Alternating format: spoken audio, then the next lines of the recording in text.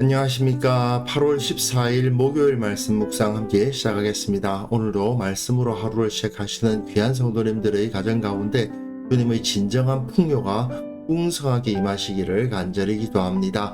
오늘 본문은 창세기 32장 13절에서부터 20절까지 말씀입니다. 날마다 솟는 샘물에서는 22절까지로 나누어 놓았는데요. 21절과 22절은 내일 함께 묵상을 했으면 좋겠습니다.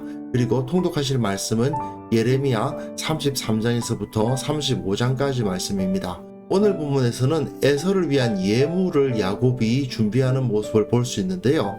이걸 통해서 우리가 죄를 지었을 때 어떤 대가를 치러야 되는가, 그리고 이 대가를 치른다는 것이 우리들에게 어떤 의미가 있는가를 한번 생각해 보았으면 좋겠습니다.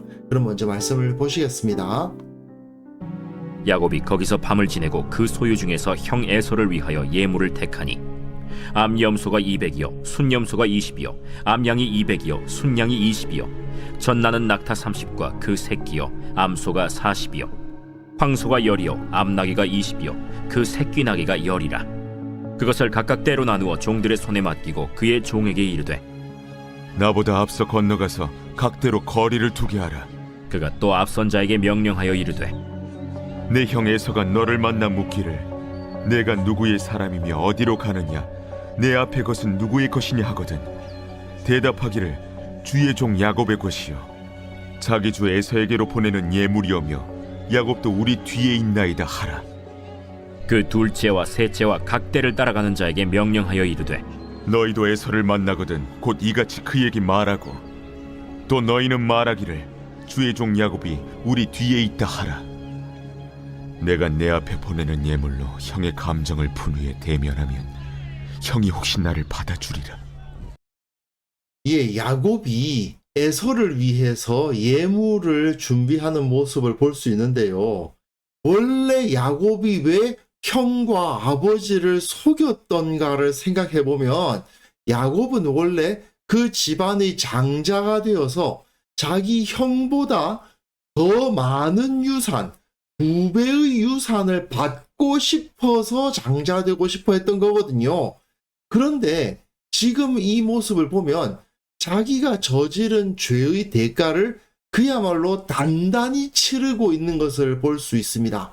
그런데 이렇게 큰 대가를 치르는 것이 이 사람에게는 오히려 복이 되는 거예요. 왜냐하면 하나님 앞에 의롭다 인정받기 위한 비용이기 때문에 그렇습니다.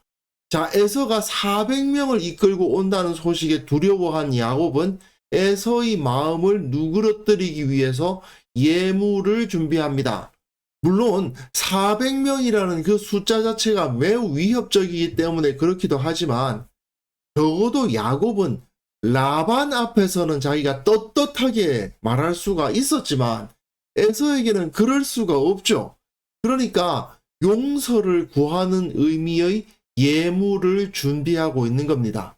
야곱이 거기서 밤을 지내고 그 소유 중에서 형 에서를 위하여 예물을 택하는데 암염소가 200, 숫염소가 20, 암양이 200, 숫양이 20, 전나는 낙타 30, 그리고 그 새끼까지 암소가 40, 황소가 10, 암나귀가 20, 그 새끼 나귀가 10. 이거요, 어마어마한 양입니다. 예전에 아브라함의 종이 이삭의 아내를 구하기 위해서 바단 아람으로 갈 때 낙타 10마리를 끌고 갔다는 것을 말씀을 드렸는데 그 자체가 사실은 굉장한 행렬입니다. 그런데 지금 낙타 10마리요? 아니요. 저지나는 낙타만 30마리입니다. 이 정도면요, 이 예물의 숫자가 자기 전재산이라 하더라도 이미 큰 부자 소리를 들을 만한 겁니다. 결국 야곱은 원래 동생으로서 받을 수 있는 유산, 그러니까 에서가 받는 유산의 절반만큼도 받지 못하고 지팡이 하나 들고 바단 아람 간 거 아니에요?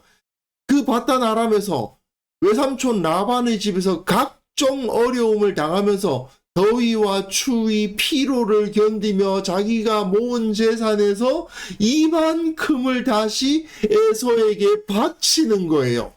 물론 이거는 야곱이 라반의 집에서 그 6년 동안에 얼마나 큰 복을 받았던가를 보여주는 것이기도 합니다. 이만큼을 떼어내도 괜찮을 정도였다는 거 아니에요.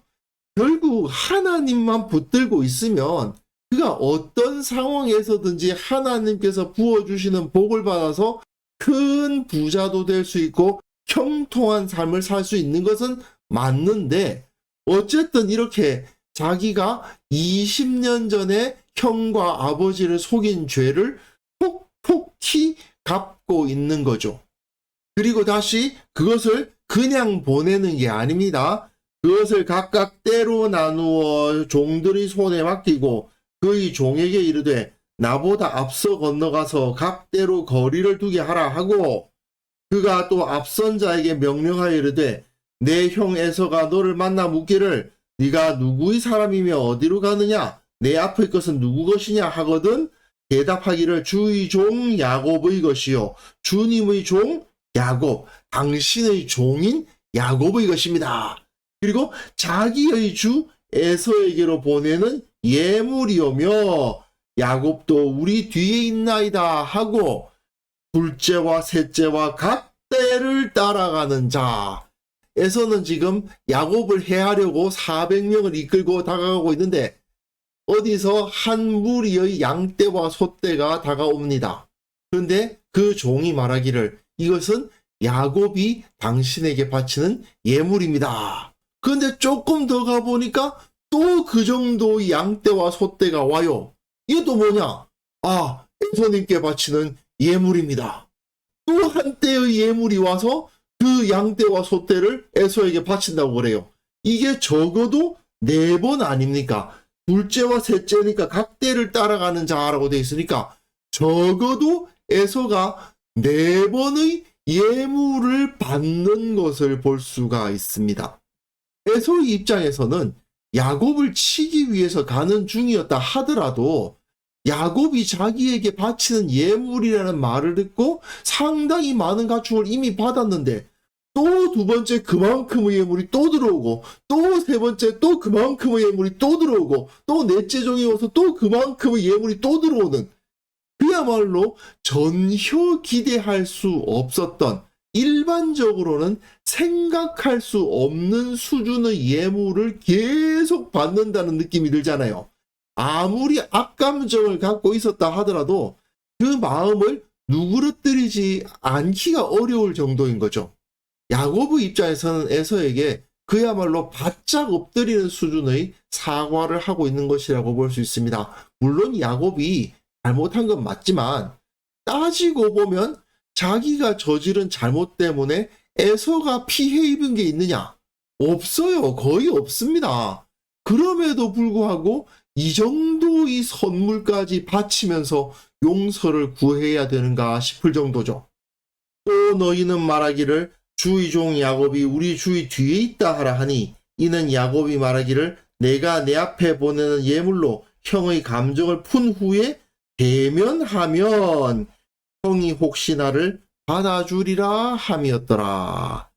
여기서 우리가 놓치지 말아야 되는 것은요, 대면하면입니다. 이 대면하면이라는 말을 직역하면 그의 얼굴을 보면입니다.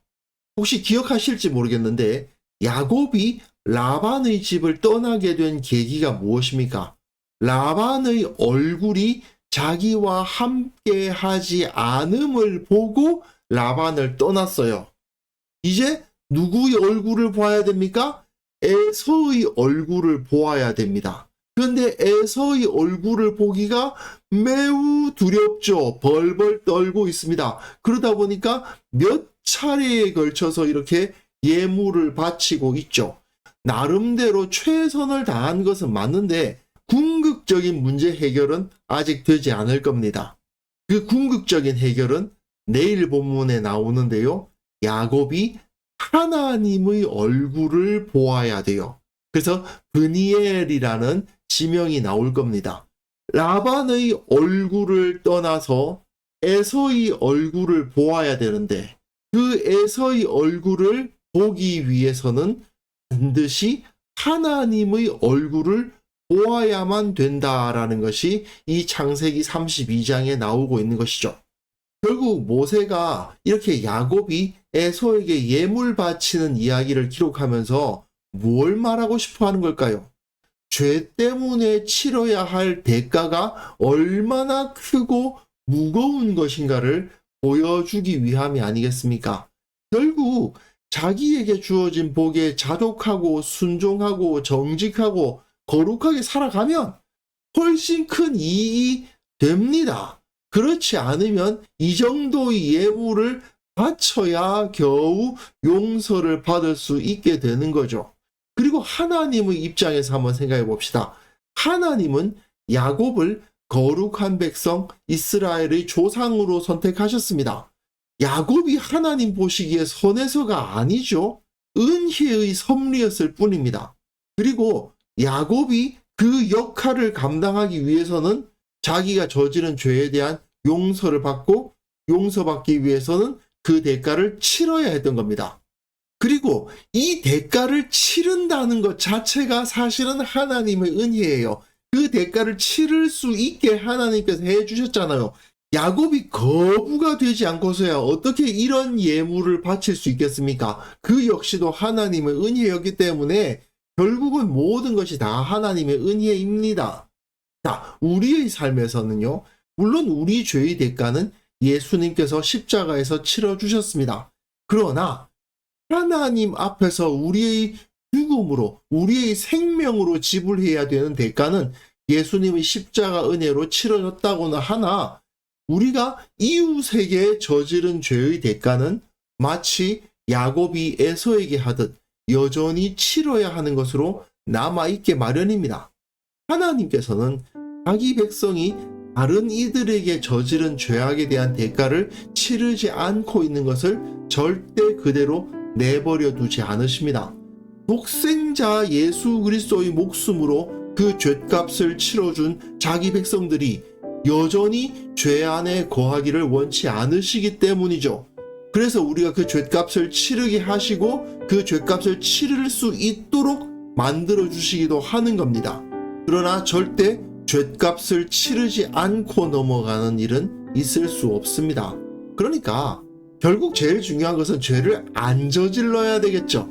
그리고 혹시 저질렀다면 즉시 회개하고 그 문제가 커지지 않아서 그 치러야 할 대가가 크지 않을 때 빨리 치러야 됩니다. 죄를 가볍게 여기는 것은 하나님의 백성에게 절대 있을 수 없는 태도라는 것을 여기서 확인했으면 좋겠고요. 그리고 또 내가 죄를 회개하고 그 죄값을 치를 수 있는 것마저도 하나님의 은혜라는 사실을 우리가 이 시간 기억할 수 있었으면 좋겠습니다. 그래서 이 시간 함께 기도하실 때에는요, 거룩한 자로서 내가 마땅히 행해야 할 책임을 미루지 않고 실천하게 하시고 죗값을 치러야 할 때가 있다면 기꺼이 치르는 마음을 허락하여 주옵소서. 죄악은 그 대가를 요구하기에 언제나 정직하고 절제하고 하나님 앞에 거룩하게 살아가게 하옵소서. 함께 기도하는 시간 가졌으면 합니다.